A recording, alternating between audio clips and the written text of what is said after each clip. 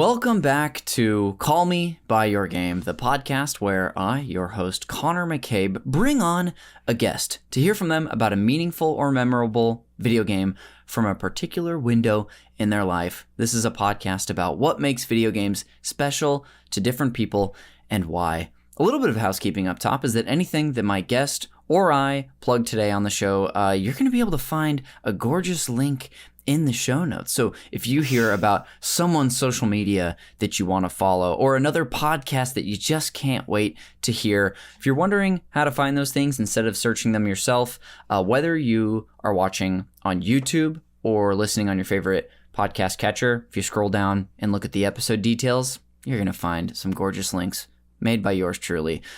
And that'll do it for the housekeeping. I'll introduce our guest for today's episode, so please welcome improviser, writer, and blooper enthusiast, Alexis Rhiannon. Alexis, welcome to the show.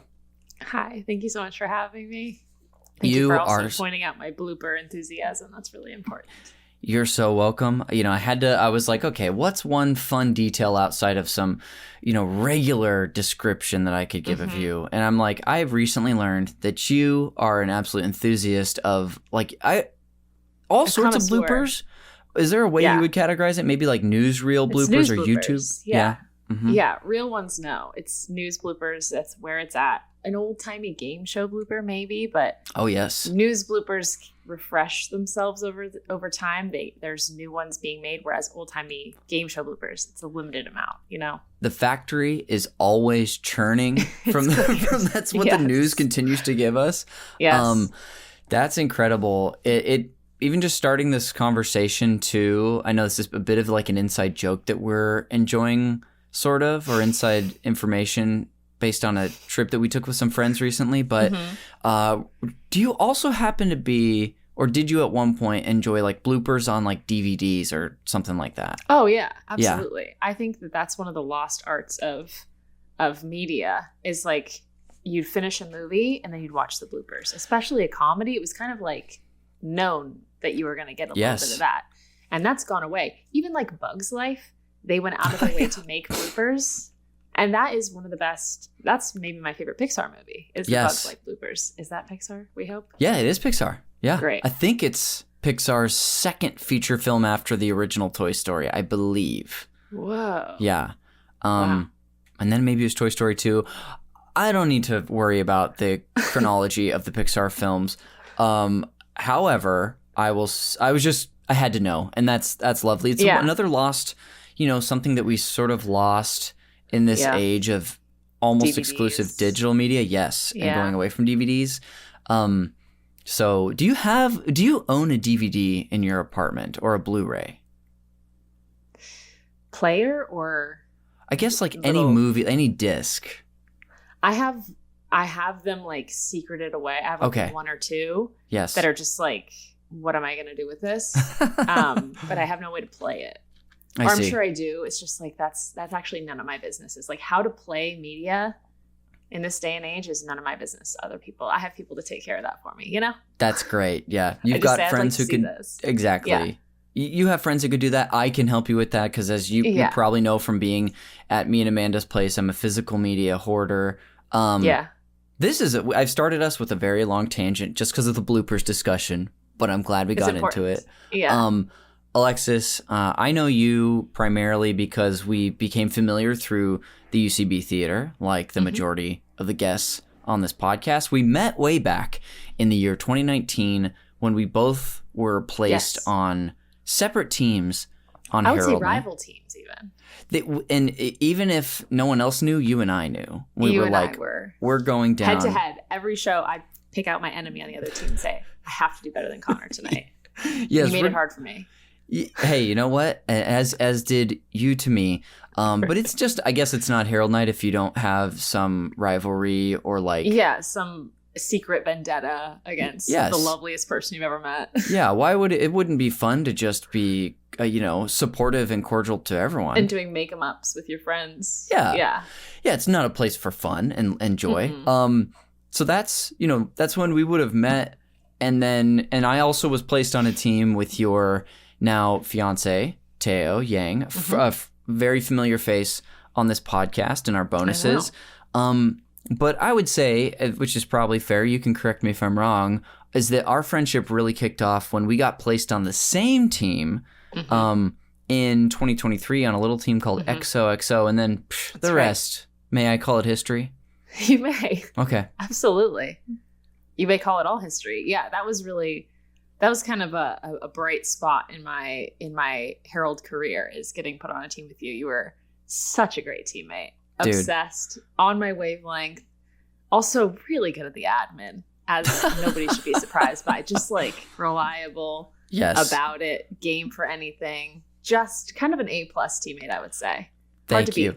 Would it surprise you to know that throughout my life I've gotten several Teammate of the Year awards on sports teams? I've always been sort of that type of person. Even today, Alexis sending you the little, hey, here's what we're going to get into later email for the podcast. I was like, Alexis is going to get a kick out of this admin from obsessed. Me. Yes. Yeah. Award winning. If I had known that it was possible to give you a Teammate of the Year award, I would have handed it right over. Thank you. Even just for the email today. I love it. I'll even tell you, I'll belatedly accept that if it happens to come my way. I won't refuse. Let me draw something up. Let me make you a certificate. Please.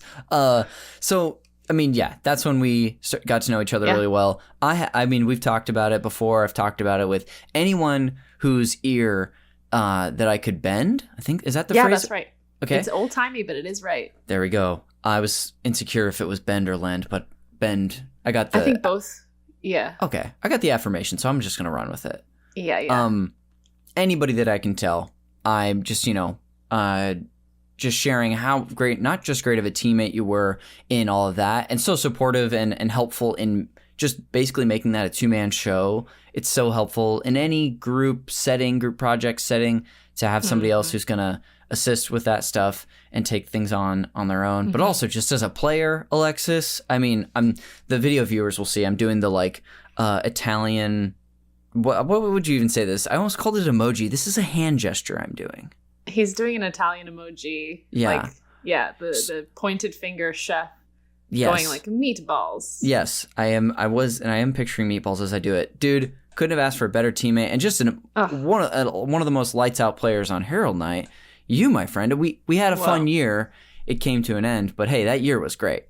That year was great. No, I'm obsessed. I think one of our very first shows, maybe even a practice, you did this, like, two people were sitting down and you came in as a cop and just like poked your head in. Oh, for you viewers, I'm doing another Italian emoji, kind of like some neck work. Great. You just really swiveled your head in there, and I was like, oh, this is going to be so fun. You just really make me laugh. Just like the way you do things, the way your brain works, the things you say. So supportive. It's like in any moment of quiet, you're like, what does the show need? And it always needs a little more Connor, in my opinion. Oh, thank you. And I would say you're right. You're absolutely right. So I'll just take that and run with it. But dude, it was a blast. But then through that was, an opportunity, I would say. We don't have to go through every detail of our friendship, but I think we should. Okay, great. We will. It just gave us a chance to become better friends, and someone who we knew each other a little bit before that, and then even after we were not on the same team the following year, it was one of those.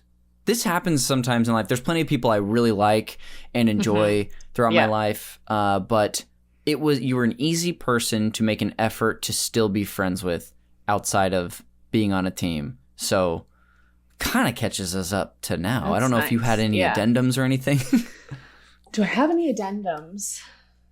Yeah. I mean, it's just like one of the happiest people for me to ever see. Like walking into somewhere, I'm like, there's Connor. This is going to be a great night.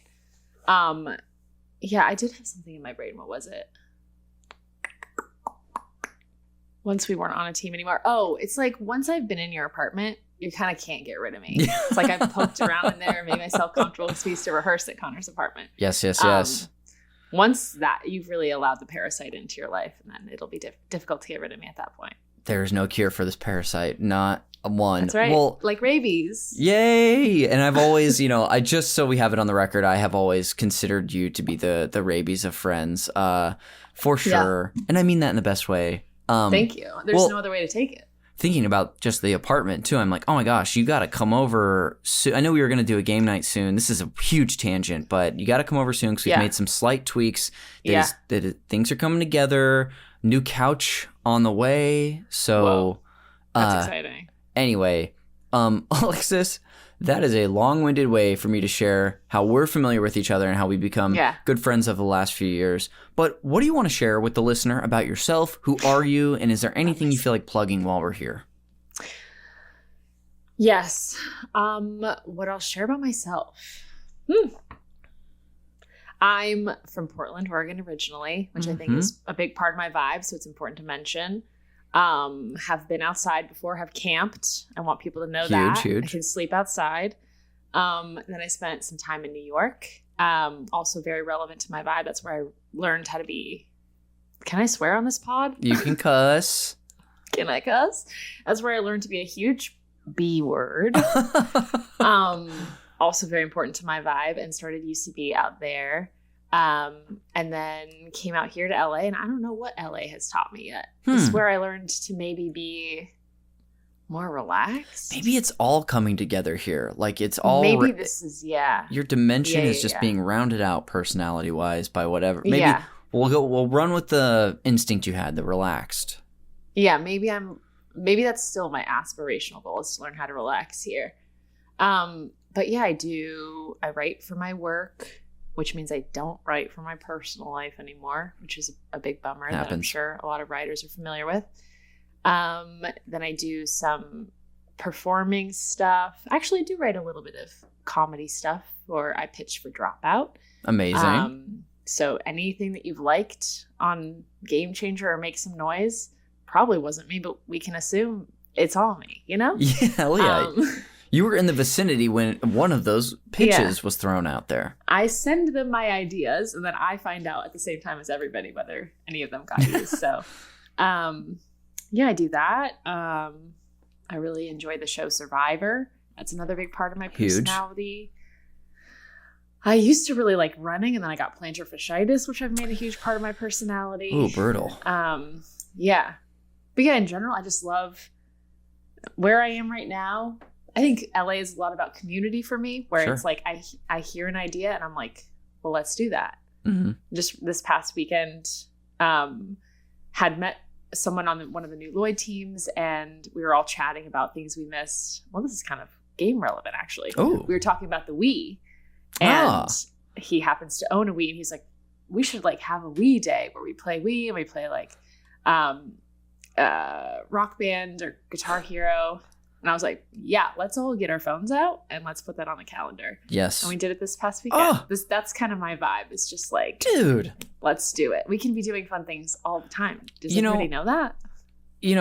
That even hearing you saying that makes a lot of sense. And I feel like that's been something, at least, since we've been around each other so much the last 2 years specifically, but even before that, that I think you are really good at. And maybe is one of the reasons that we've had an opportunity to stay and become better friends, is because you are really great about being, I guess intentionality is part of it, but to just getting the ball rolling on stuff like that. Thank you. That's incredibly kind. I think you are better than me at like hosting something and being like, I'm doing this for me, and if you all want to come, it would greatly increase my enjoyment of it. And that is something I would love to be better at, is just being like, I'm doing this. But right now I'm still in my project manager phase, where I'm like, I'm hearing multiple people in the room saying this is of interest. So let's move this along through the pipeline. Incredible. We'll meet in the middle where I start to care about other people's interests a little more, and then you become a little more selfish. You care so much about people's interests. But though that is true, the way you characterized me hosting is I'm like, I want to do this thing. I'll invite people over to my space so I don't have to move it all. And I'm obsessed. Yeah. I'm truly obsessed with that. Like, I really do aspire to that level of like intentionality with myself. Sure. There we go. Hey, we're learning from each other. It's great. And a good match. Absolutely. Big time. Well, dude, I will leave. I don't know if there's a particular place you'd like me to link. I know you've been on a handful of Dropout shows, though, so I could just link to dropout.tv. And is there a social media you want me to throw out there or no? Mine? Yeah. Sure. What's my Instagram? Instagram is at Clamsterjam. One of my many clam-themed social media platforms, a holdover from my college nickname. And most things that are coming out will be there. So I have a Dropout episode of Parlor Room coming out. Don't know when. That's certainly after this airs. So please stay tuned. And come to Herald Night if you'd like. Hell yeah, baby. Feel free to reach out on social media. If we have comps available, I'd love to extend one to you, humble listener. Incredible. Dude, those are my plugs. I love it. Thank you for the plugs. Thank you for sharing a little bit more about yourself. We are about to get into your general history of video games, but before we do, I would love to introduce the game you brought on for the main event and ask you to call me by your game. I'm so tempted to only refer to you as this for the future. My game is Mario Kart 64, McCabe. Specifically battle mode. That's going to be the vibe. So just start to let that stew. Like, what could she mean by that? I love it. We had, we'll get into it later, but I've had an episode like this before where it's been a couple years, but, a mutual friend, Lily Dew, came on to discuss a game called Final Fantasy X, wherein she became obsessed with a mode in the game as well, which was just this essentially like underwater soccer mode called Blitzball. And so, hey, I love when someone brings something as as specific as this. I can't wait to get into it later. It's a fixation. Yeah. Yes. This is going to be fun, but we'll say that for the main event. Alexis, can you recall some of your earliest memories when it comes to video games, whether it be watching or playing? Mm-hmm. So it's about to be really sad for someone like you, because I had almost no exposure to video games whatsoever. I thought this was the case. Yes. Yeah. Imagine that, like, I'm Amish, and then a portal opened up for maybe like 5 or 6 years, but I didn't get any new technology. So basically, my dad went to a convention, like a software developer convention, and won a Nintendo 64. Incredible. Okay. So at the time he won it, it was like the most impressive thing on the market. And I can understand what my peers are talking about. I don't have like any of the games anyone's playing except for Mario Kart. But for like a brief moment, I was like in it. Yes. And then that's the only console I've ever played. Yes. So I have no idea how it matches up. I don't have it's very much limited to like what my dad and stepmom would feel comfortable purchasing. I had almost no interaction with my classmates to like get recommendations from them. So it was, I guess the closest thing is it's like I was abducted by aliens during the period of N64. And that is my expertise and skill set. And, I guess if it weren't for you knowing that the console exists, you might be able to be convinced that it was just something made for you by this species. Absolutely. It was presented to me. It was catered to my every whim. Yeah. Although, you know what? I did get the Wii when I lived alone in New York. I had a studio apartment, and I was like, you know what? I can do anything I want. So I got the Wii, and I got Dance Dance Revolution. Oh, wow. Not a good pick for a New York City apartment. You will get a knock on your door almost immediately. Yes. So that stayed folded up. But then I would play Skyward Sword. Oh, my gosh, alone in my apartment. Yeah. I had a breakup with someone, and he treated me quite badly. And I was like, you should give me Skyward Sword. And he did. Oh, incredible. So you walked away with that game. Yeah, I did. Because we had talked about it. He was like, you should get it. Yeah. And then when it was like almost my birthday, and I was like, you could still get that for me. And it came in the mail one day, like months later, with that was a pretty beautiful moment. I was like, that was actually, I actually forgive you. Yes. Yeah. I have so much I want to unpack already. Yeah. But since we're here on the Wii of it all, well, I have a Wii game in my view on the YouTube video. I've been playing this game. So you do. Resident Evil 4 for the Wii. Heard of it. Anytime you still have a Wii? I do. Alexis, I'm often playing it. It's set up right over there on that old TV that I have. Because I just found out they don't even make them anymore. Yeah, I don't even remember when they stopped manufacturing them, but it's been over a decade at this point, if not longer. Because this is part of my Rumspringa. It's like yes. I'm coming back. I'm understanding. Let me show you all these sins that you can commit on all these Wii games you could play. But the Wii of it all, that's absolutely incredible. Is Skyward Sword? Because I'm very, very familiar with that game. It's part of my favorite series, so I've played it a handful of times. Once you did get this game as this token for the breakup, did you play it a bunch? Did you try it out and give up? Where did it go for you? I have a very addictive personality, so I become like extremely into it, and so sometimes I have to take it away from myself. Mm-hmm. I guess I don't have to, but I'm still enacting my childhood. So I would get really fixated on it, cancel plans with like real human people. Yes. And again, I was living alone, so my existence was kind of narrowing to a point. So I did have to step away. But yeah, I was playing it a bunch. Dang, like, just you and Link. Time. Yeah.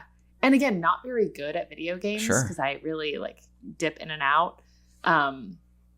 So yeah, just muddling my way through for hours and hours at a time. And then usually with a video game, I'll come up against something that I don't understand and get stuck. And for some reason, I never talk to anybody about video games, this conversation accepted. So I'm like, well, it's too hard. I can't figure it out. So I'll just stop. Yeah. That's the end of this journey. Yeah, it is. But I feel sad about that. I'd like to power through. Yes. That game in particular, like hearing you, I'm amazed that you like really stuck through it. Not because that I know you've had like I guess maybe I'll characterize like a limited experience with video games, but that game in particular is known for like its frustrating controls and how and like other issues that it has in its design, like some clunkiness in the design. So it must have really, like, I loved the series in the game and I still had issues with just getting through it. So I'm proud to hear that you really gave this a shake.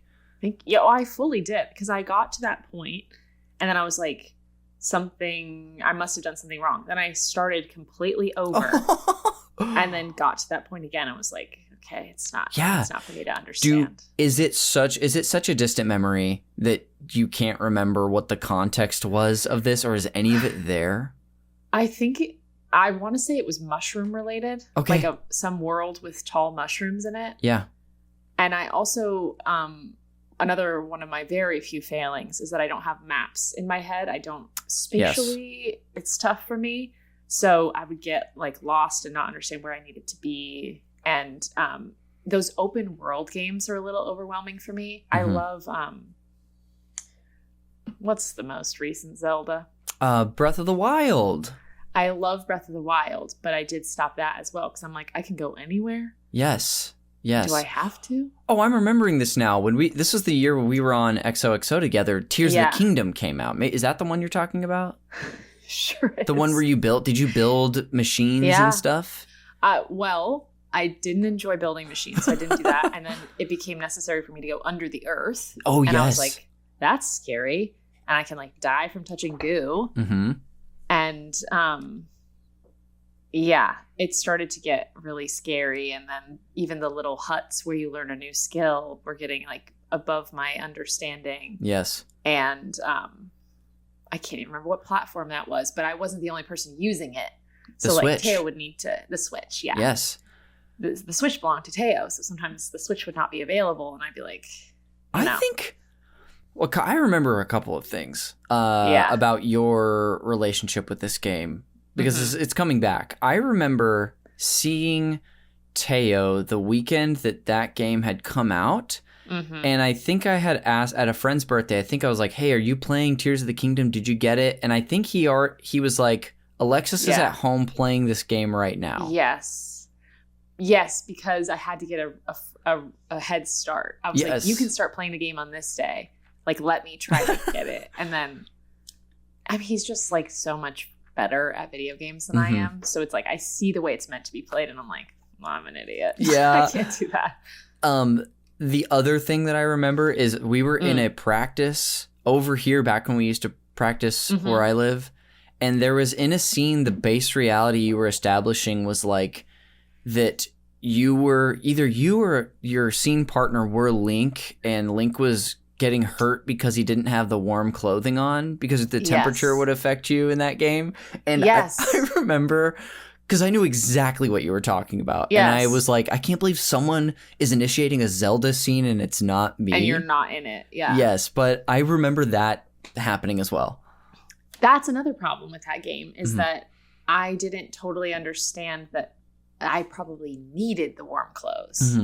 So I'm just like, how far into this tundra am I supposed to run in? And I'm like, am I never supposed to go over there? I just like feel like I do the wrong thing. That Teo has a lot of things that he understands about like indications within the game of like where to go.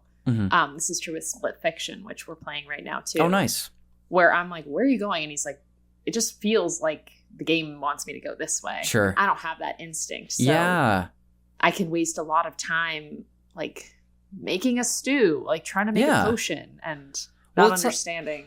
It's a lot like understanding language or being familiar with other aspects of life. Like Teo's had like 10,000 hours of training in video games. So all that stuff just really comes second nature. Whereas someone like you who's maybe had, I don't know, 100 hours of training, like those aren't in your bones as much. So it makes sense why there would be I guess a gap there. A demotivational gap. Yeah.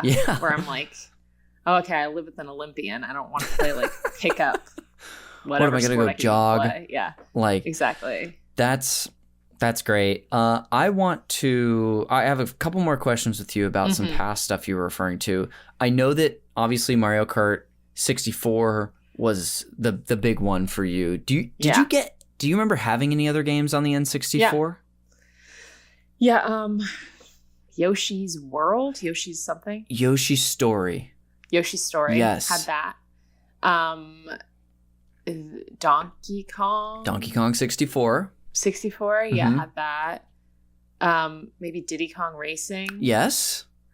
My stepmom played a game called Conker's Bad Fur Day. She did what? Yeah, isn't that deranged? With a stack of papers next to her printed out from the computer, cheats. Oh. And she'd have my dad sit next to her and read it out, and then she'd do whatever it was. And it was like a really weird, like, stinky game for boys. It's like a raunchy... Yeah. It's supposed to be like a raunchy, not edgy game, but like... Yeah, a nasty like one. Farts and like humping and there's a flower with like a huge rack in that game. Yeah.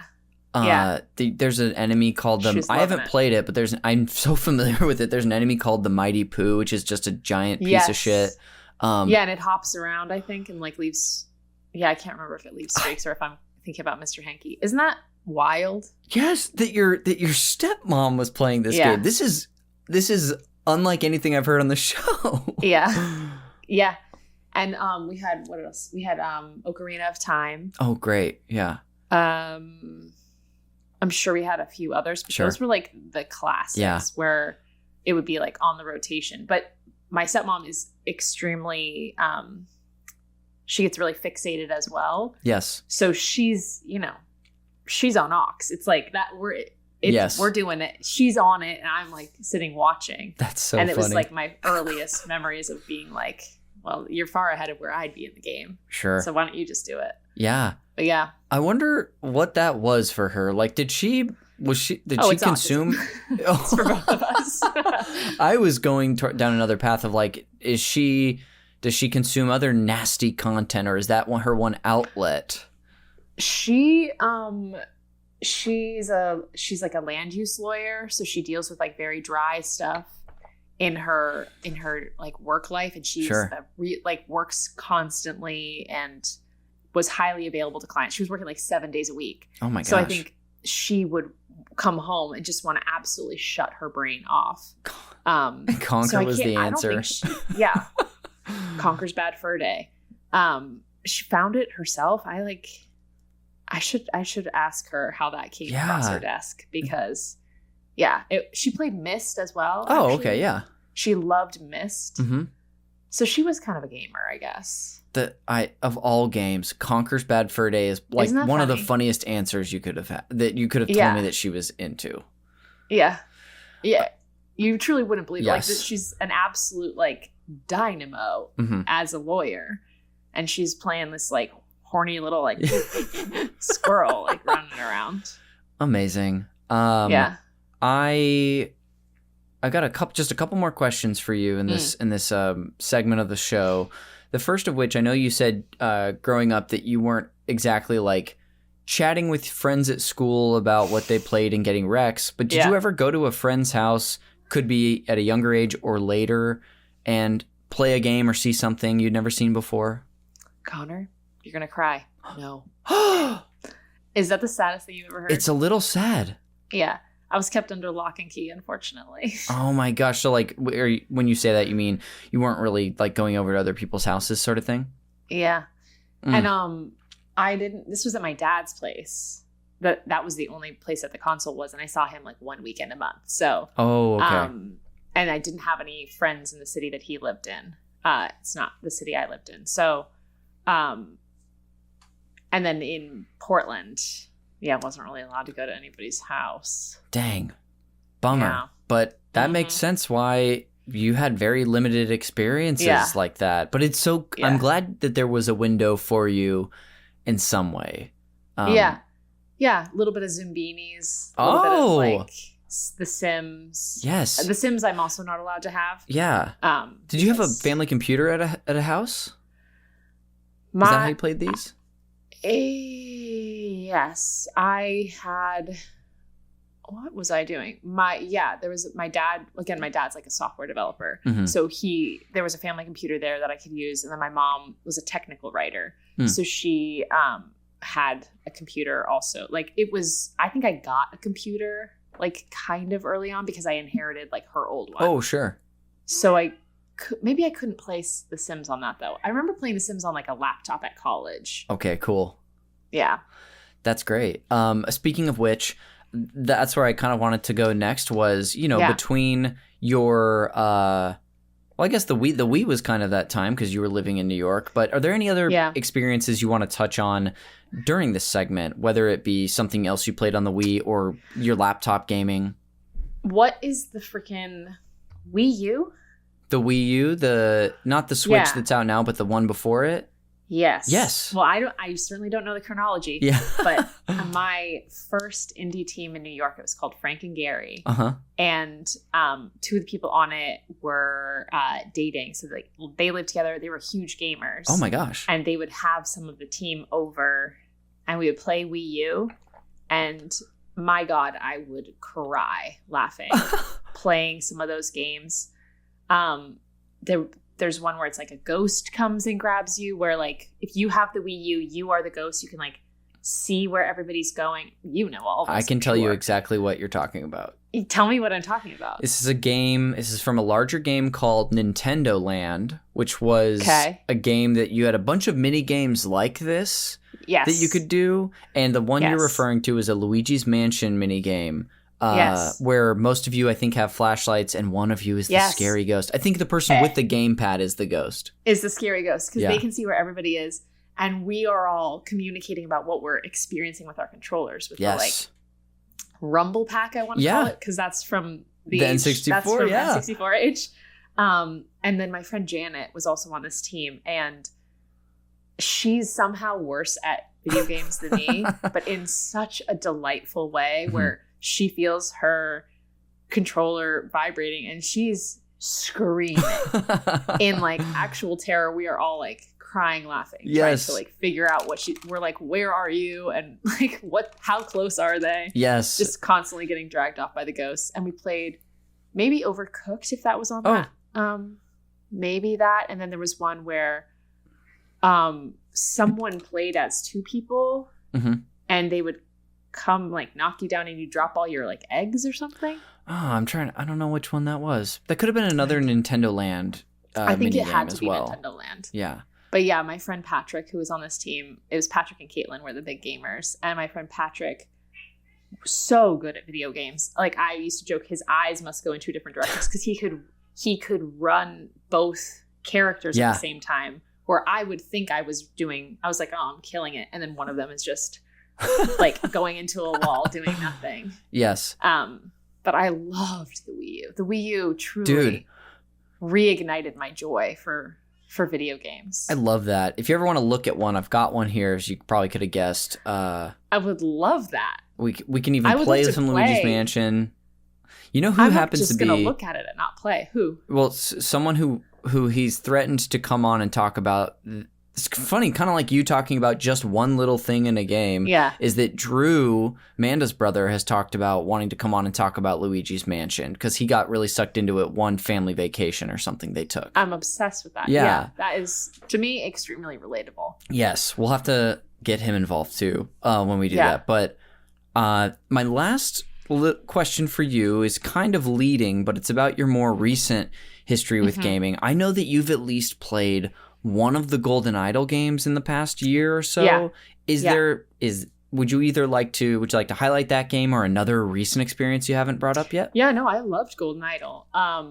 Golden Idol was great. I'm like on the last screen. I was enjoying it so much that I didn't want it to be over. And now I'm like probably like 3% away from being done and haven't touched it in like 8 months. So I think you were playing it last year when I think Teo mentioned to me that you were into it. Yeah, I think that's another one that like Teo couldn't play because I was clogging the queue. So yeah, that one I loved. I played Spiritfarer probably like 2 or 3 years ago now. Loved that. Oh wow, I just had someone on to talk about that. Yeah, I really loved that game. That's like kind of perfect for me. So honestly, would love to know the 3 recommendations you made to them. Oh yes, definitely. The Spiritfarer person, because I'm always chasing that high. Yes. Played It Takes Two, loved that. And then currently playing Split Fiction, which of course I'm sure you know is the follow-up. Yes, yeah. I haven't played it. I really want to play that with Amanda, but I've got to get a second PlayStation 5 controller because I think that's the console I want to get it on. But yeah. What do you think of that game? Split Fiction or It Takes Two? Split Fiction. Split Fiction I'm not enjoying as much as It Takes Two. I think it's a little bit... the gameplay is incredible. It's exposure to a bunch of different, as Teo tells me, like types of games. Yes. And ways of playing. So there's like, sometimes it'll go 2D. Sometimes you'll all of a sudden have a jetpack. Sometimes you're like a different character. You can like morph into different characters. So I enjoy that. It takes a lot of my brain. And I think that the background storyline I find pretty annoying. I've heard some critiques for the narrative. Extremely elitist bent to take about it. But like I thought that It Takes Two was, while traumatizing, lovely. There's a point in It Takes Two where you have to kill an elephant. Yes. And our game restarted, so we had to kill it twice. Oh no. And I was really upset by that. I was like on an edible and like, hey, I did cry. Yes. Oh man. Yeah. Well, is there, before we go and take a quick break, is there any other experience that you want to shout out before we go, or have you got to highlight the important ones? I think as far as like video games, those are the important ones. I play like little phone games, but it's always like, I play like solitaire, something like just rote to turn my brain off, or free cell. Yeah, I would, I aspire to getting back into Zelda because I was loving it. Yes. It's just really, it's really difficult for me to stay locked in. Big time. And sometimes a game like that it's so open-ended in its activity and what you could be doing. Yeah. Can be a challenge to stay focused on because the opportunities are endless. Rather, when you're playing a more linear game or something that's task-based and you can't move on to do that one thing. So I understand that. Yeah, I love a task-based. I love to know what's next for me. Spiritfarer was great for that. Yes. And it was super overwhelming with like an open-ended map, and there's things you aren't supposed to do. Like Tay would be like, well, why did you do that before you had blah, blah, blah? And I'm like, I didn't mean to. I didn't know. Yes. And I'm trying to talk to every villager. It's perfectionism, honestly. Oh, sure. And that's a game with just like endless stuff if you kind of want to do that. So literally. Yeah. Literally. People are asking me like, find my horse. And I'm like, should I stop everything and look for a horse? Truly. And then I'm getting pummeled by these giants. I remember everything about where I stopped. Oh my gosh.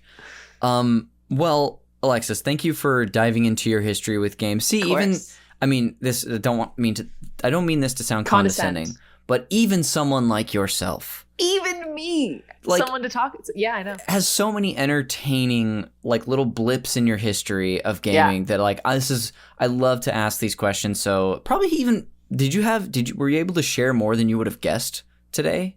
Yeah, I forgot some of the games. I forgot about my Wii U era. Yeah, dude, that is so cool. One of the happiest times of my life. Yes. Yeah. Well, thank you for sharing. That was so much fun already. We're going to go ahead and take a quick break, and when we come back, we'll finally get into all things Mario Kart 64. So I'll see you on the other side.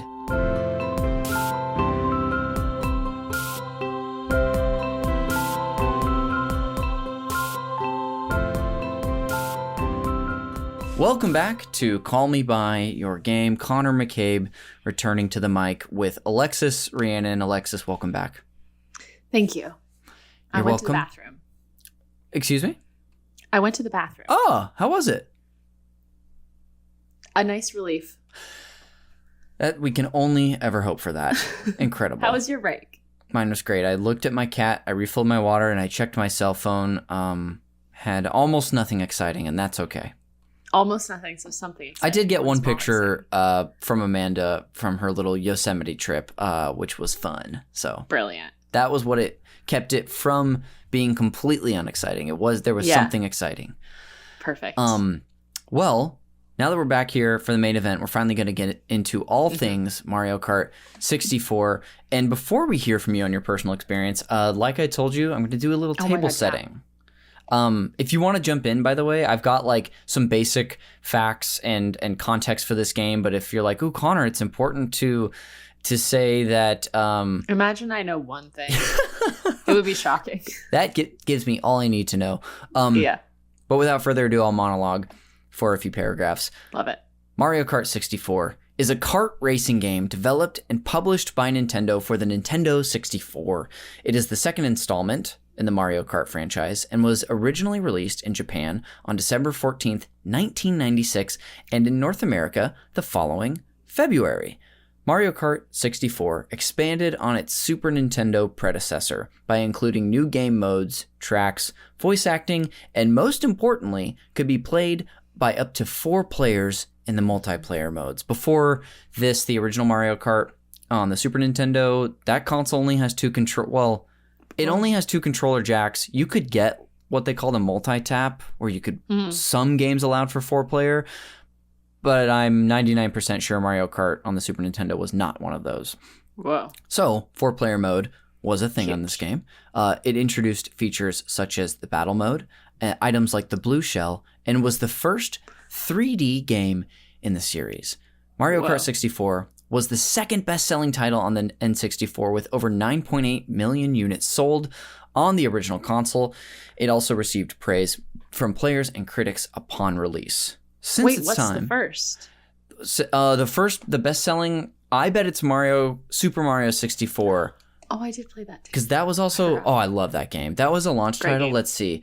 Best-selling N64 games. Let's see. I bet you're right. Best-selling N64 games. That is correct. Super Mario 64 allegedly sold 11.9 million units. Wow. You said you played Ocarina of Time. That was the 4th best-selling game. And then Conker has got to be top 5 Where is Conker? as well. Conquer. I'm scrolling down past 30 and I'm not seeing Conky. Past 30? Poor little squirrel. I bet it sold okay, but anyway, he's left out to dry. Since its time on the N64, it has since been made available on the Wii and the Wii U Virtual Consoles. So you used to be able to buy those games for like, I think it was maybe like $10 for an N64 game you could buy. I definitely, actually, I don't know if I had it on the Wii because I had the cartridge. But now you can play this game using the Nintendo Switch Online expansion pack. So it's like their monthly online subscription service that if you have the expanded version, it comes with N64 titles, including this one. Wow. And then lastly, this game was followed up by Mario Kart Super Circuit on the Game Boy Advance in 2001 and Mario Kart Double Dash on the Nintendo GameCube. I believe that was 2003 when that game debuted. That's all the basic information I have on this game.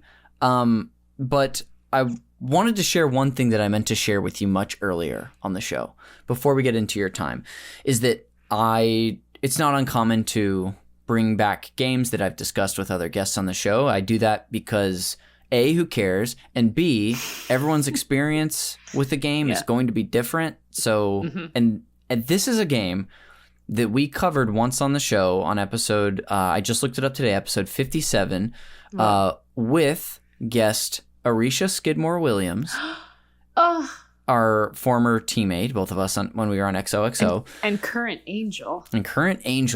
Podcast goddess. Yeah. But the funny thing about her episode was when we were leading up to it, she told me that she played Super Mario Kart on the Super Nintendo.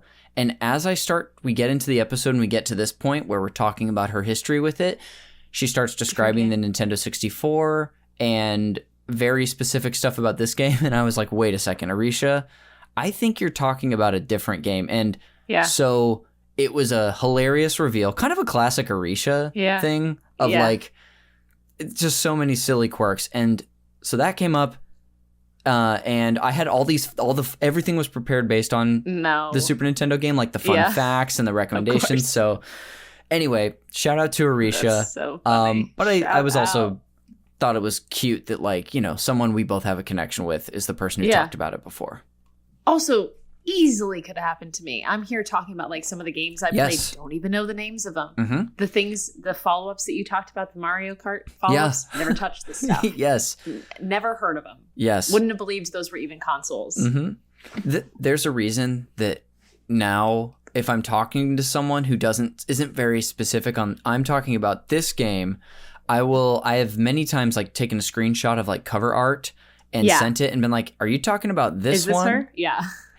Because it almost happens more often than you'd think. Anyway, that was the table setting for Mario Kart 64. Thank you very much. What we'll do now is we'll finally get into your history and context with it. You had, led us up to maybe the point of origin where you said your dad, being a software developer, had won Nintendo 64 at like a work conference, I want to say. Is that what you said? Conference. Yeah. Yes. And I don't know if it was in a raffle or how. It was a raffle. That makes sense. The only time I ever feel like I saw raffles growing up was at like parents' work conferences because I did the same thing. Adults love a raffle. They do. Our parents, I've never experienced a raffle as an adult myself, but I was always watching as a child people get involved in raffles. I sure thought there'd be a lot more raffles in adulthood. I tell you that. I was lied to. Yeah. Yeah. So I know he got the console that way, but do you remember how Mario Kart 64 came into your life? Well, my dad and my dad's brother loves cars. Okay. So like to this day, my dad plays, and see, I won't know the name of it, but like a really intense racing game. Yeah. Where it's like the real cars. Okay. Yeah. And he has like a pedal and a wheel. So he has a little driving rig. Oh, he's set up. He has a rig. Yeah. And the man loves cars. So I think that would probably have been his go-to. That probably it maybe even came with the console. Sure. I would imagine like probably Nintendo or Mario 64 came with it. Okay.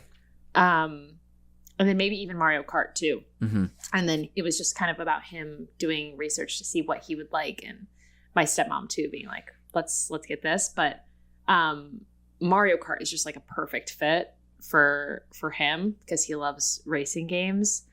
And we had 3 controllers, so all 3 of us could play and race each other. Very nice. And only, most of the games, it's like one person plays, everybody else watches. So it was a nice family bonding activity. Good. Do you, this is a small detail, but do you remember what color controllers you had, and if there was one you were attached to? Well, I liked gray because gray was number 1, and it like. I think that's the standard it meant too. I got to be like in charge. Okay. Like making the decisions, and I like that. And maybe we had green and red. Okay. Yeah. And I'm not drawn to red, and I was not into green yet as a child. So I was all about gray. Hadn't hit your green phase. Hadn't hit my green phase. I remember mine always came with the standard gray. Mm-hmm. And then most consoles, I believe at the time, I want to say that they came with a second controller, and that was kind of randomized. Like it could be. Oh. I think it was at the start. It was like seeing blues. Yeah, go ahead. They had a blue, they had a red, a yellow, but mine came with black, which is like objectively pretty chic, cool color. But I think because I saw all these really colorful controllers, I was like, oh, it's just darker gray. Yeah. And we might have had a yellow. Okay. Yeah. And it was randomized, and you got a black one, and you weren't excited? I wasn't, but I still used it, and I still have it to this day. So what does that tell you? It's probably in the best shape because I used it less than the other 2. Mm-hmm. You kept your grubby little paws off of it. Yes, it's way cleaner than the other gross ones. Before I finally pivot back and stop making it about myself and would talk to you, my favorite controller that I had, I eventually got a sort of translucent, like forest green controller. The translucent ones. Yes. Incredible. Dude, incredible. I love that aesthetic of the time. I'm obsessed. Yeah. That is another thing we have to bring back with bloopers, please. Yes. We have an agenda. Bloopers and translucent game consoles or devices. And those big, juicy colored Macs. Mm-hmm. Yes, exactly. Come on. Y2K. It was so good. I still have that bad boy. He's adorable. Anyway, you got us back into, how you had gotten that game. Yeah. It sounded like where we landed was probably had gotten it with the console. We don't remember the moment that it walked through the door, sort of thing. Yeah, if it's if those are the top 2 bestsellers, I'm imagining that they came with the thing, and maybe like one other one that we didn't play. Sure. I should have done a little bit of research on my end, and it's all good. Texted my dad. I remember like I didn't know, like arriving at the house, I didn't know. And then it was kind of like a reveal after dinner of like, well, your dad went to a conference and he got a free Nintendo 64. And he wasn't sure if you'd be interested, but like, here's what it is. And I, again, like no exposure. So I was like, well, I don't know. Like, what is it? I'm like, I think I had maybe played with a Game Boy. Yeah. But yeah, very much like, I don't know, like talk me into it. Interesting. And they had played a little bit. So he's like playing probably Super Mario in front of me. And then pretty quickly I was like, yeah, I'll give it a shot. All right. Yeah. Yeah. And I loved loved Mario's Super Mario, but Mario Kart is like the feeling yourself get better at a skill. Like I loved that. Like I'd be so excited to get to my dad's for the weekend. Yes. To like buckle down and drive. Yeah, there's something too, maybe that you're going to dive into this more, I'm not sure, about like a certain prize or like this allure that it is in a specific place that you don't always get to experience. Like, you're talking about, you already said your dad's house that you would stay at one weekend a month. That's probably for its own reasons carries emotional weight to it. But there would be other things. I remember growing up and not in that situation, but like dying to go to my friend's house to try out his stuff, or like this friend has this cool basement that I get to go in once a month sort of thing. So, You ever have a neighbor with a trampoline? One of my best friends in elementary school eventually got one. That was huge. I'm in my yard twirling my hair looking for an invite. Like, yes. Should we jump on your trampoline? Yeah. And then, like, maybe your mom can make us Easy Mac, like, which I wasn't allowed to eat at home. Just, like, lobbing things up. Dude, I can relate to that because I in so many ways invited myself over the day after Christmas to my best friend's house in 5th grade because him and his brother got a GameCube for that Christmas.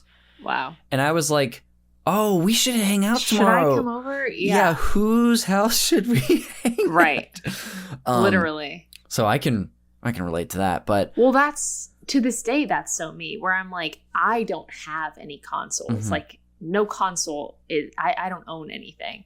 So I really do have to wait for someone to like invite me. And that's what it was with the Wii U, where I'd be like, should we like, feels like it's been a while since we played Wii U. Like, should we come over and you like show me how to smoke weed and I play your ghost grabbing game?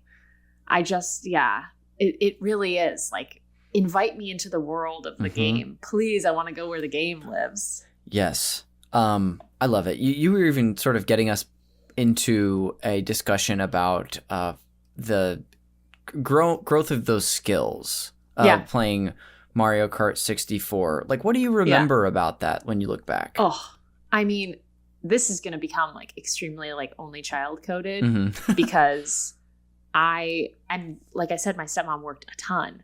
So like she'd be in the office and she worked for herself. So like she's gone, she's focused, she's got tons of clients, and it's me and my dad.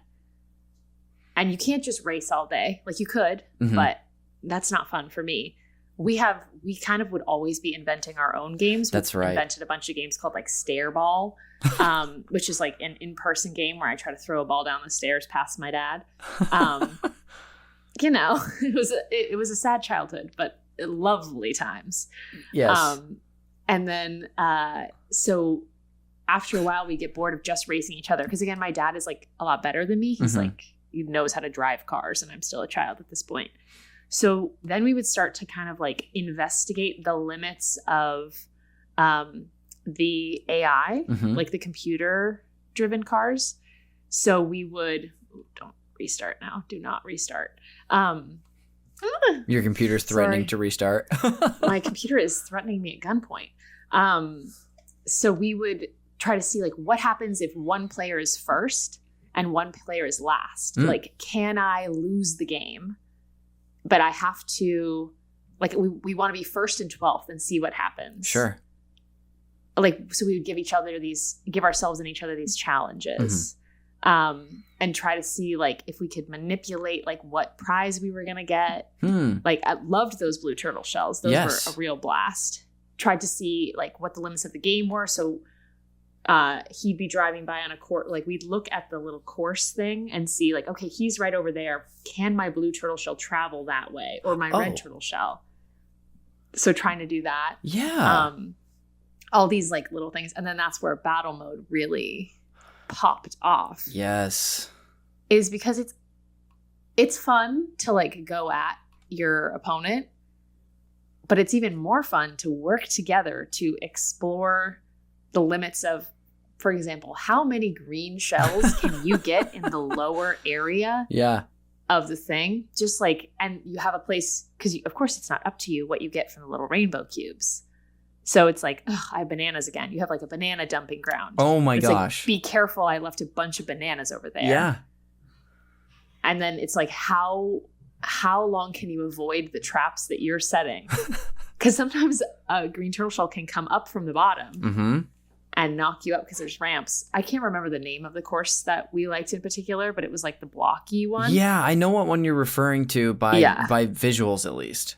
I have dumped so many hours into that game. Yeah. Just like, and then there would be times when I'd want to set up my personal, I never did quite achieve this. This was like my dream, was to somehow be in the game by myself for like an hour or two before my dad came, and to poop the fake rainbow cubes inside of the real ones. Oh, yeah. Inside of all of them as close as possible so that in my dream world, he'd be like, okay, let's get started. And immediately you prank your dad, basically. But it never, of course, happened because he would be like, I'd like to help. Yes. I'd like to help set the booby traps. That is so funny. Yeah. It's that I love that stuff. Like figuring out how the game works, and because it wants to reward, especially in like the verses, it wants to reward the person at the back and to affect the person at the front. So we're like, we're a team. Let's see if we can get second. Let's see if we can get third, fourth, like trying to get every position. Just a blast. That's amazing. Two curious minds. Yeah, this phenomenon that you're discussing, or this, I guess phenomenon is the word I'll use for it, even though it's probably incorrect, is so fascinating because it's something that this is a recurring theme on the show, or recurring discussion where people will find, especially as when we were kids, I've heard so many wonderful stories from people about finding different ways to play the game, especially the ways that are not intended, making up your own fun. Honestly, it's almost just like another playground, really. Yes, literally that. Yeah, and finding ways for the gap in skills not to be as significant. Like my dad had to be quite creative. He could find ways that he could play to his full potential without having to like play down to my skill set. Yes. And have it still be fun. Wow. It was just such a blast. Yeah. This is a bit of a reach back to something else you said. Even the way that you described leaving the fake item blocks. Yeah. To poop them out. Yeah. Like there's in so many Mario Kart games, the items that you use come out, you drop them from behind. So I feel like that's a phrase, the poop them out is something that many people use.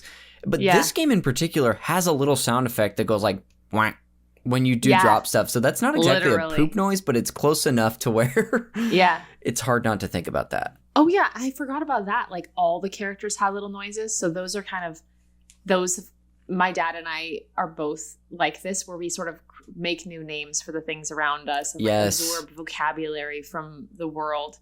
And so we'd say like, bye-bye as Peach.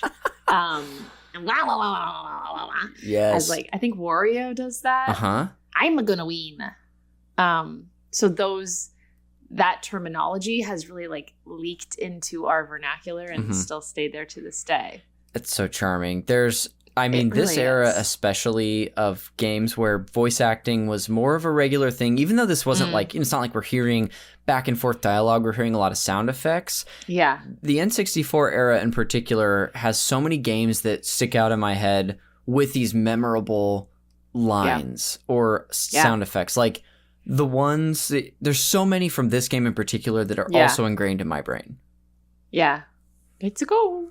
Here we go.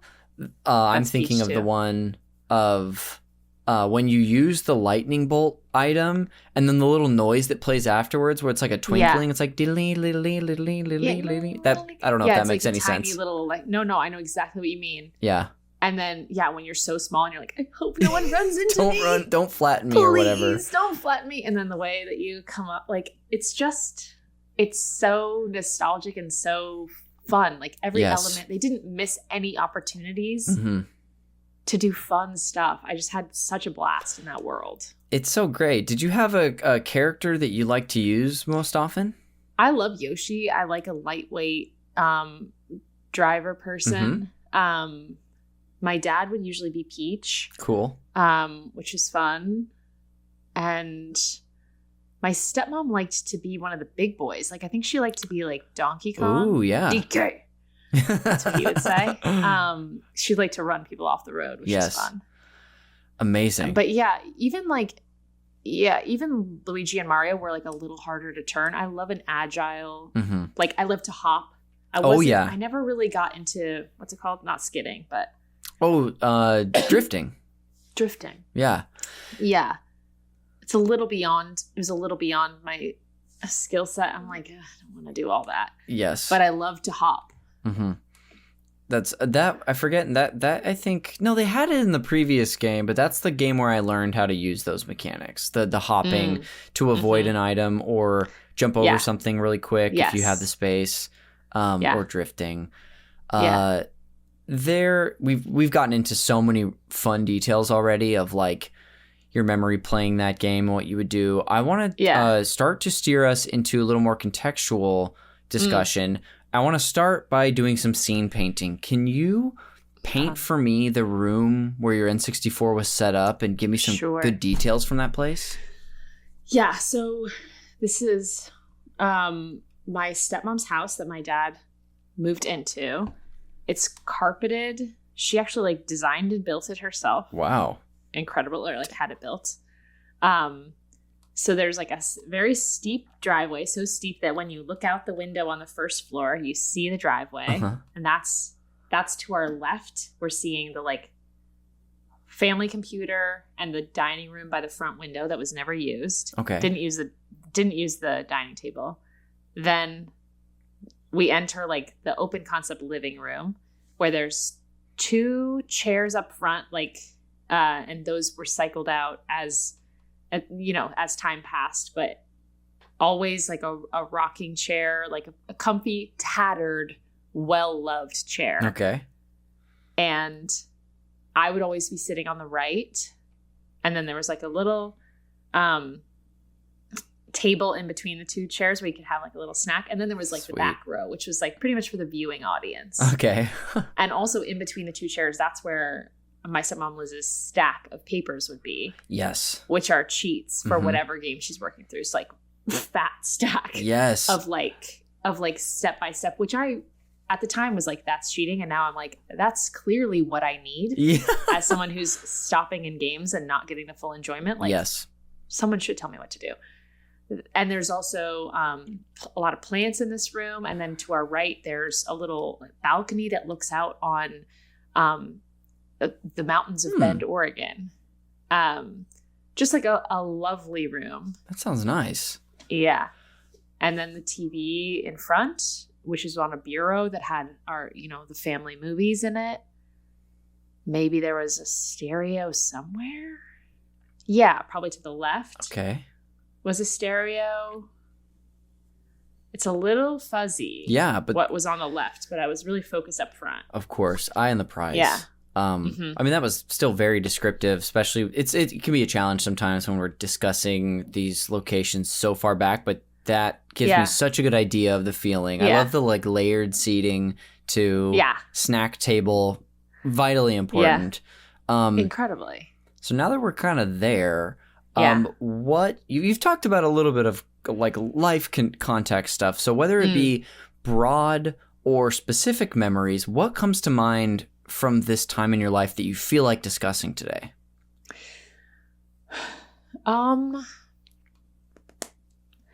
I think it just in general felt like a slice out of time, just like a Saturday. That's really the move because I'm getting dropped off. I mean, the exchange is happening on a Friday. Yes. And then I'm going back on a Sunday. So Saturday is just like an epic open day. Yeah. And it was the only place and time in my life when I didn't have responsibilities. When I was at my mom's house, there was always some demand on my time. Like, I'm always in trouble. There's always some, like, family task we're going to go do. We're going to go pick blueberries for 6 hours in the blazing sun. And I wake up, and the first thing I hear is, like, what do you want to do today? Yeah. And this was a world where I could wake up. I wake up before my dad and my stepmom. So, like, I have some time in the house to kind of, like, walk around and be unobserved, read my book, wait for them to wake up. And it just felt like it really felt idyllic. Yes. Like, it just felt like the day would never end. It felt like the first day of summer vacation every time. Where it's like anything that I want to do, I can actually do. Yeah. And my dad, like, he'll feed me, every so often, I'll be like, should we have some apples and cheese? That was like the snack of the household. That's the snack my mom would make too. I'm obsessed with apples and cheese. A nice cheddar and a Fuji apple. Oh, I'm there. Yes. And now it has to be a Honeycrisp because Fujis have gone the way of the Red Delicious. Oh, what is it? And is that just like their quality has dropped? Yeah, they just get kind of mealy and soft. And sure. Crisp. Me too. Almost tart apple. Dude, I I hate to interject, or I don't hate to interject. I'm happy to. I have fully like pivoted hard this year to Granny Smith green apple guy. Are they back? They're back for me. I'm loving them. I picked up 3 at the Trader Joe's today because I need some crispy green apples in my fridge. I'll give it a shot. Sometimes the skin is a little thick on a Granny for me. They can be. And they are very tart, but I've grown to really like it. Almost like eating sour candy. When it juices down here, just I can feel it now. Me too. Thinking about apples. Yeah. Yeah. But I interrupted you. You were just, I think you were giving some flower details about like just the joys of the freedom is one way to maybe put it. Absolutely. Yeah. Absolute freedom. Yeah. Like true childhood. Mm-hmm. I think those were like kind of the glimpses of like truly just being a kid and it being like, you're allowed to stay in your pajamas all day. Yeah. And you can play video games. Mm-hmm. And then maybe we'll go to a horseback riding lesson. It was like truly just like my tweens were kind of blissful one weekend a month. Yes. That sounds so sweet. It sounds like you've kind of already been pointing to is just like the juxtaposition of those weekends versus what you were used to. Highly structured. Yeah. It was a relief to experience those. And there's something to like, I don't know, just like looking at that now and you thinking about my upbringing too, there's obviously a structure can be incredibly valuable, especially like learning lessons about that as a kid and maybe ingraining that into your life. But there's also, as is clearly being demonstrated here, such a emotional value in giving a kid some freedom and just and taking that structure away. Do you relate to that? Yeah. Oh, absolutely. Yeah. I think structure is great up until like, I think like really young kids love structure. And then I think you kind of do need to like ease off the gas a little bit. Mm-hmm. Otherwise, you're just going to start wilding out in college as I did. Just being like, oh, this absolutely unobserved. Hi. Yes, please. Thank you. Ooh, special delivery? Special delivery of some food. Oh, congratulations. Thank you. Huge for me. Just like, I think, because otherwise you're going to figure it out for the first time outside the house. I think it's really good to like let kids figure out who they want to be and what they like and let them make some of those decisions of like, no, I don't want to go do drugs. I want to stay home and do Mario Kart instead of like, because I probably would have made that choice. Yeah. Because who knows what a party would have been like in my teen years. And I never will know. Yeah. I never did get to do that. Me neither. I went to one party in high school and that was because I thought I had finally gotten over being too good for them, and I went and I was the most uncomfortable person there and didn't enjoy a thing and was honestly a stick in the mud and I shouldn't have been there. I relate to that so much. I was such a stick in the mud just because I had no concept. It was so black and white to me of like either you're a good girl and you never ever do anything naughty, or you're like beyond. Dude, you have sinned and you will be punished. So relatable. Probably. I mean, I feel like some of these things that we're getting into and like talking about our backgrounds and like how who we are as people, I feel like there's a lot we can connect over there. Oh, I'm sure. For sure. Which is like, oh, that's why we're similar in the ways that we are, maybe. Mm-hmm. A good admin. I was exactly thinking about that exact thing.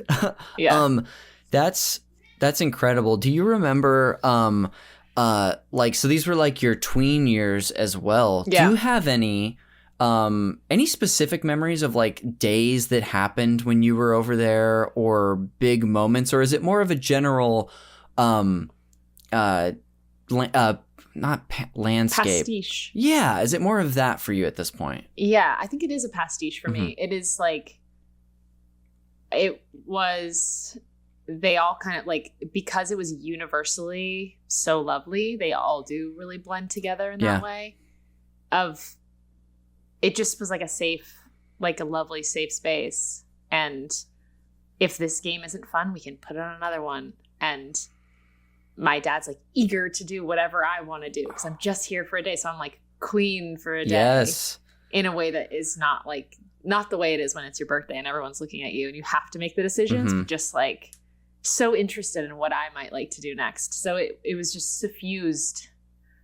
Every day was suffused with that like kind of golden energy of you can watch TV here. Like you can play a video game. You can waste away the day or do whatever you want. Yeah. That's very special. Before we, move on to some stuff to close out the show, and before we wrap up your feelings on this, are there any other details that you feel like sharing today about this experience? Whether it's like game related, could be a detail from the game or another detail from the context in these moments on these weekends.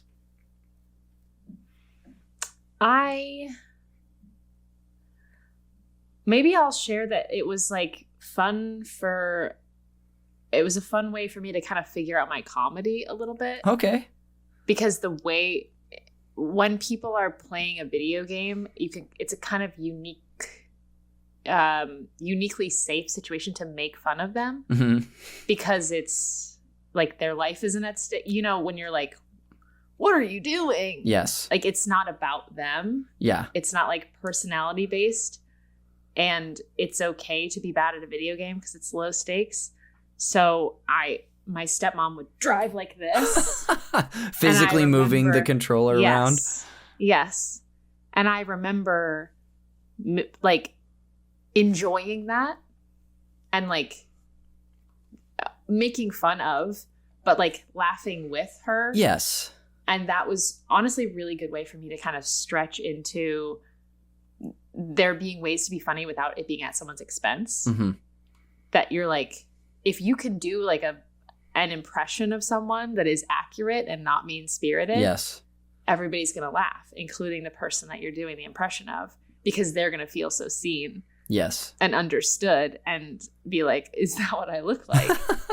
And so that was actually really fun of like a healthy competition. Sure. And a healthy humorousness. Yes. It was early days of me figuring that out, like figuring out where I fit and in what ways I was a good add to a situation. Yeah. Just having a good attitude. Not being a sore loser. Really important too. Yeah. So I had trouble with that for years, and in some ways still have trouble with not being a sore loser, But I that love. Surprises me to hear. It actually surprises you? Yeah, it really does. I think I just like hide behind it better now, or like a facade of like this is fine, but I might be like it's not fair. Oh, sure. I've seen you get a little steamed up. Yes, totally. But I love hearing about this sort of like free environment to goof and to develop mess up a little bit of a voice or identify things like that. That's great. Yeah, it was. I didn't even realize that until this conversation. So thank you for helping me with that revelation. Of course. I mean, this is a common occurrence on the show is like until you start discussing something or going down memory lane, it's like before we go down a road, we can't go down the side roads most of the time to those places that we haven't been in a while. So I love when this sort of thing is jogged. Gets uncovered. Yeah. Yes. Well, this has all been lovely, Alexis. Before we go to some post-show segments I have prepared for you, will you do me a favor and put a bow on whatever place Mario Kart 64 in the battle mode held for you? Mm-hmm. At the end of the day, what it's really about, video games are what you bring to them. And what you can bring is your good attitude and your curious spirit, and then they can be even more than they are straight off the shelf. They can teach you a life lesson about yourself. They can teach you how to be in the world. And most of all, they're just a safe environment to learn, make mistakes, and be curious. Amazing. Thank you for wrapping that up for us. That was one of the best bows we've ever seen. Incredible. I love it. Alexis, we've got a couple fun things to do, but dude, thanks for bringing this experience on. This was fun. So much fun to hear from you. Yay. It was so fun to talk about. Thanks for having me. Of course. The first of the two segments that I'll close this out with is the Fact Me by Your Game segment. I'm just going to share a couple of Fact me by your game. Yeah, where we're now 2 steps away from call me by your name. Yes. Fact me by your game. We're so far from it. And the next segment is truly me forcing in a connection to the movie, but this is where I'm just going to share fun facts with you about Mario Kart 64. These 2 fun facts come from a YouTube channel called Did You Know Gaming. They have a video titled, that's the wrong one. Why did that get copied there? It's their Mario Kart 64 Did You Know Gaming video. I will put a link in the show notes as a citation for the listener, because there's way more than I'm going to share here. The first of 2, I have titled Kamek, Erased from Existence. Fair to assume you don't know the character Kamek, Alexis. Can you spell it for me? It's Kamek. No. Well, I'll tell you all about Kamek. Now, in an early prototype for Mario Kart 64 named Mario Kart 64R, the character Kamek was shown off at a 1995 Space World demo. This Space World was a previous technological convention that a lot of video game stuff used to happen at before we had something you might be more familiar with, like an E3 or now Summer Games Fest. This is where of course. This is where video game companies would show off their hardware and software. And so they were showing off this game, a prototype of Mario Kart before the 64 even came out. And Kamek, who is the Magic Koopa, featured as the primary antagonist in the Yoshi's Island game on the Super Nintendo. So Kamek is like one of those generic Koopas, but Kamek wears like a wizard's robe. I think Kamek might have a green thing at some point, or a green color, but it's kind of like yellow mostly, and then has like a blue cape and a wand. It's basically an evil wizard, hence Magic Koopa. Great. It was shown in the prototype, but Kamek doesn't actually make it in the main game and was replaced by our dear friend Donkey Kong. Canceled? Culture has gone too far. I don't know. What did he do? Nintendo hasn't said. I would assume they were just like, I would assume at some point during development, they're like, well, let's showcase one of our more important characters, Donkey Kong, instead of this Magic Koopa, who is really occasionally shows up in the series. So kind of niche. More of an Easter egg. But we want one of our heavy hitters. We don't want an unknown. Yes. We want an A-lister. We can't take a chance on an unknown here. We can't take a risk on an unknown. That's the first fun fact. The second of which, great fun fact. That's something I didn't know before researching this. Yeah. This one I have titled Luigi's First Words. Now, Mario Kart 64, it has the distinguished fact of being the first video game where Luigi ever had voice acting done. Now, before this, Luigi had been voiced by at least 7 different actors in commercials and TV shows throughout the 80s and 90s. But this is the first time that we ever heard him speak in a game, even though he'd been featured before. Again, we were talking about this earlier, but this is a heavy time for like voice acting, but really like quick sound effects of voices. Noise, little, Exactly. Like, yeah. A French translator named Julien Bartikoff was localizing Super Mario 64 in French at Nintendo HQ while this game was in development. And after testing out a prototype for Mario Kart 64, he volunteered to voice characters in the game. For some reason, the staff let him do this. And so he was doing some voice acting for Toad. And there's a famous Nintendo composer named Koji Kondo. He heard the voicing and was like, this is not working for this character, but I think you could do a voice for Luigi. So this guy, Julien Bartikoff, is the Japanese voice for Luigi. The first time we ever heard Luigi talk. However, in the version that we played, the North American version, he was replaced by the person who would go on to voice Luigi and who's known as Mario's voice actor until recently, Charles Martinet. So we don't actually hear this French actor's Luigi in our game. Yeah. But I just thought it was notable that it's the first time. Yes. Yeah. So, but the Mario, if you picture like a Mario voice in your head, including the one from this game, it's by Charles Martinet, who voices Mario, Luigi, and Wario as well. Oh, of course. So, I mean, they all did have such similar vibes. Yes. I can't even remember what Luigi says. I don't know what he really says in this game either, but I'm sure he has like a different pitch. Every time I imagine his voice, I imagine him in Luigi's Mansion where he's like really scared and is always timid. It will do it for the fun facts. And I'll lead us into the final segment, Alexis. This is the game recommendations. Now, yes, please. I hinted at this earlier, but this is my one forced tie-in to the movie Call Me By Your Name, where I'm going to treat Mario Kart 64 like your passionate summer fling in Italy that is just not going to work out. So even though it was so passionate and so memorable, you are now back on the market. You're single. And I'm going to try to connect you with one of 3 potential suitors who all have a little something in common with this game. Okay. Are you ready to get back out there? I'm open. That's all I needed to hear. First of which is if what you got out of this game was you love exploring the game itself, but you're like, I have gone to the limits of these tracks. There's not enough for me to explore. You want to play a racing game with way more exploring? I'll recommend a game called Forza Horizon 5. It's a game that you basically drive around this whole world if you want and do special missions. And you can do races, but it's way more exploration focused. In fact, I'm writing this down. I actually think you're going to like the new Mario Kart that's coming out for Switch too. But I haven't played that, so I can't really recommend it yet. Okay. The second game.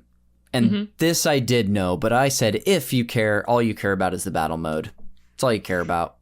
Then I'll recommend a racing game that is very battle focused, and that is a game called Twisted Metal. Do you know about this series at all? No. This is a series where it's essentially just like a destruction derby in like a sort of really blown out to a fantastical portion. So instead of racing, there might even be racing portions, but it's so battle focused. I sort of cheated. I knew you liked the battle mode. Yeah. That's not cheating. That's good sommelier behavior. Okay. You're really recommending it. We'll take it. And the final recommendation is this joke may not land at all, but if you know all you. Oh, maybe we're back? Yeah, we are back. Okay, we're back. I saw a quick stutter in the video too. Great.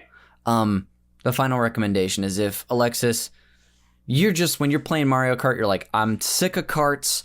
This should be pod racing like in Star Wars. Then I'll just recommend Star Wars Episode 1 Racer. Do you know, have you seen the Star Wars prequels? Do you know what pod racing is?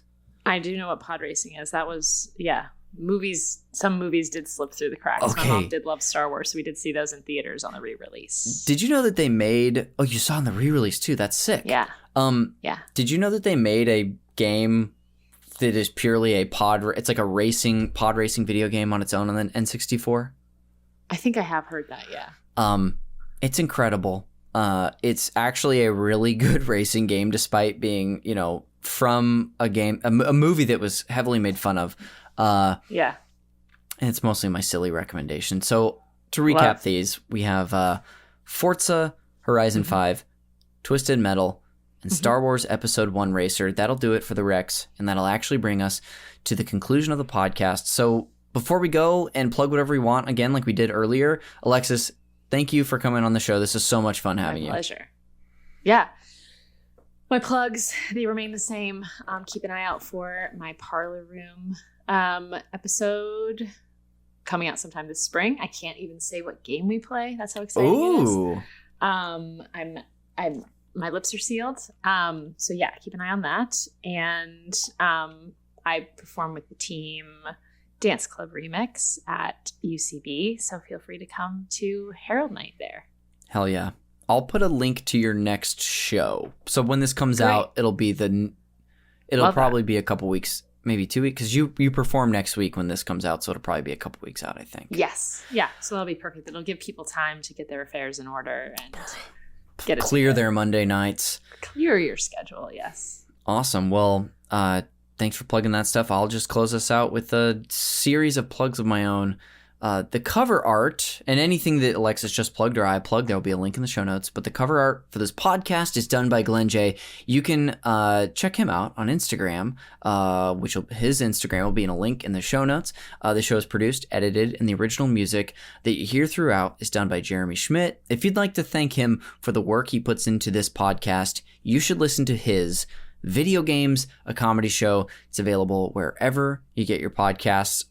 At this point, when this episode comes out, not this week, but the previous release, we did a Nintendo Switch Space Solace, which is our fantasy draft meets desert island scenario where we basically shoot off into space and we all are picking our favorite Nintendo Switch games. It was super fun. The video's on YouTube and wherever you get your podcast, but check out his show. You can follow the podcast, Call Me By Your Game, all over social media on Instagram, Blue Sky, and on YouTube. Definitely give us a follow on YouTube if you don't already to see just how wonderful we looked on this episode. And so you can check us out there. You can check out me also on Blue Sky, Instagram, and Twitch. The network at Super NPC Radio. And then if you listen to this show, you've listened to every episode, you're like, I can't get enough of this guy, Connor, talking to people about video games. Well, if you want to support the show and you want to get bonus content for your support, check us out on Patreon. We're over at patreon.com/supernpcradio, which at various tiers, all the way from our free tier to our paid tiers, you can support us and you get bonus stuff. If you even subscribe at the free tier, we'll give you a link to the Discord. So if you want to have conversations with other like-minded sweethearts about video games, about sports, about memes, whatever you want, there's a good link. There'll be a link there waiting for you if you join. But yeah, our bonus podcasts are available there as well, including our current Games Club where we're covering Resident Evil 4 Remake. It's been a blast. If you like that game, you got to check it out. But that'll do it for another episode of Call Me By Your Game. We will see you on the next one.